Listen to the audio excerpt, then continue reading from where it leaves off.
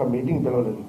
So అలాంటి పరిస్థితుల్లోనే బయటికి వచ్చాం తప్ప నేనేదో పదవులు ఆశించు, నాకు పదవి కూడా గొప్పగా పబ్లిక్ లైఫ్లో ఉండాలి.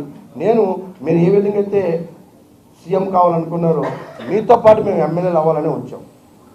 ఇంకోటి మేము అందరిలాగా నాకేం వద్దు, మీరు సీఎం అయితే చాలు అందరిలాగా నేను అబద్ధాలు కూడా చెప్పలేను.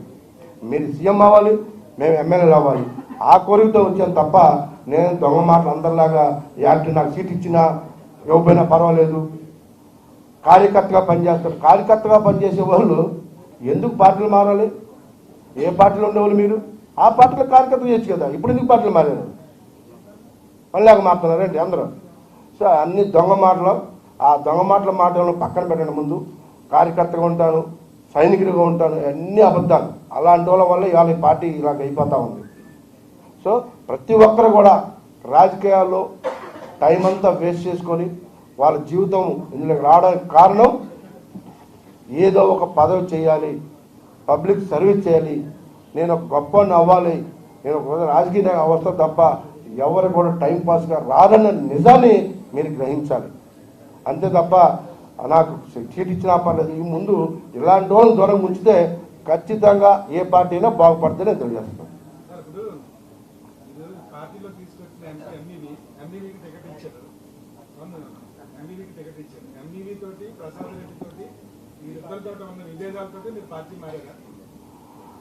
మేజర్గా ఎంఈవి సత్యనారాయణ నా పొలిటికల్ కెరీర్ నాశనం అవడంలో కీలక పాత్ర వహించాడు. అందులో డౌటే లేదు. 100% అది జగన్మోహన్ గారికి తెలుసు, నాకు తెలుసు. ఇప్పుడు నా బాధ్యత కూడా ఆయన అందు చూడటమే, ఇంకోటి ఏం కాదు. ఖచ్చితంగా తూర్పు నియోజకవర్గంలో ఉమ్మడి అభ్యర్థి కోసం నేను ఏం చేస్తానో మీరు చూస్తూ ఉంటారు. నా సత్తా ఏంటో నేను చూపిస్తాను. నన్ను ఒక దద్దమ్మలాగా చూశారు కదా విశాఖపట్నంలో వైఎస్ఆర్ కాంగ్రెస్ పార్టీలో, నేనేంటో చూపిస్తాను. నన్ను నమ్ముకున్న వాళ్ళు ఎవరు బయటకు వస్తారు. అతనికి పొలిటికల్గా ఇంత పెయిన్ ఉంటుందా? నేను రాజకీయ కుట్రలు చేస్తే నాకు కూడా ఇలా ఉంటుందా? నా జీవితం కూడా ఇలా ఉండబోతుందా? నా జీవితం ఇలాగ అవుతుందా? నేను కూడా ఇలాగ అయిపోతానా? రాజకీయాలు కూడా ఇలా ఉంటాయా? ఆ పెయిన్ ఏంటి? వంశీ పడిన పెయిన్ ఏంటి? అమ్మో నాకు ఇప్పుడు అర్థమవుతుంది. జీవితంలో ఇంకా తప్పు చేయకూడదు, ఇంకొకసారి ఇలాంటి తప్పు చేయకూడదు అని చెప్పేసి రాజకీయాల నుంచి పారిపోకపోతే అడగండి.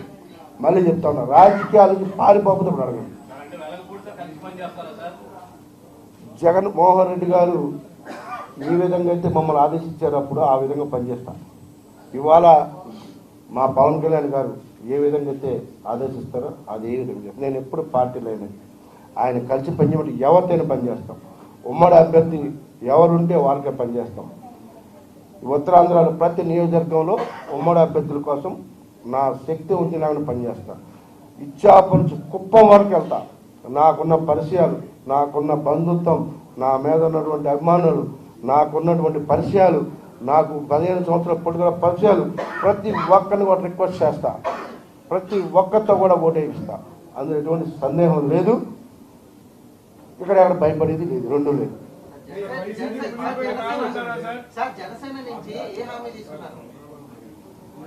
నేను కంటెస్ట్ చేస్తాను. కంటెస్ట్ చేయాలన్నా నా గోల్ అది. ఎక్కడి నుంచైనా కంటెస్ట్ చేస్తాను.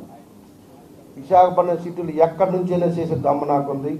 గతంలో నేను చేసుకున్నటువంటి పొరపాటు వల్ల నేను ఓడిపోయాను, రాజకీయ కుట్రల వల్ల ఓడిపోయాను. ఇంకొక విషయం చెప్పాలి, నా ప్రత్యర్థి ఎలగపూడి రామకృష్ణబాబు ఒక్కడే కాదు మాడదాకా. అందులో మెయిన్ ఎంఈవి సత్యనారాయణ, ఎలగపూడి గారికి అత్యంత ఫైనాన్సర్. నా ప్రత్యర్థుల పక్కన నన్ను చిన్నపుచ్చుకోవడం వల్లనే నేను ఇవాళ పార్టీ మేజర్ కారణం కూడా. మీరు అనుకున్నట్టుగా ఎలగపూడి నేను ఏ రోజు తిట్టుకోలేదు. ఫేస్ టు ఫేస్ ఎలక్షన్లో ఢీకొన్నాం. ఆయన వెనక్కున్న కీలక పాత్ర వహించినటువంటి చాలామంది ఉన్నారు. వాళ్ళందరూ కూడా ఇవాళ ఎక్కడున్నారు? ఎంఈవి సత్యనారాయణ పక్కన ఉన్నారు. ఆయనతో కలిసి పనిచేసి జగన్మోహన్ రెడ్డి గారు చెప్తే ఖచ్చితంగా పనిచేసాం. ఇప్పుడు ఇంత చేయడానికి పెద్ద ప్రాబ్లం లేదు. ఆయన ఇద్దరు ఒకటే. ఆ రోజు పరిస్థితులు అవి. ఈరోజు తప్పనిసరి పరిస్థితులు తలకిందులయ్యాయి, పనిచేయాల్సి వస్తుంది. ఖచ్చితంగా పనిచేసి వెళ్తాం. అదే ఎంఈబీకి మీరే కదా పార్టీలో తీసుకొచ్చారు, మీరే టికెట్ ఇప్పించారు. చెప్పాను మీకు, అది కూడా క్లారిటీ ఇస్తున్నాను. బాగా అడిగారు. కృతజ్ఞత చూపించలేదు అతను. గుంటూరు వెళ్ళి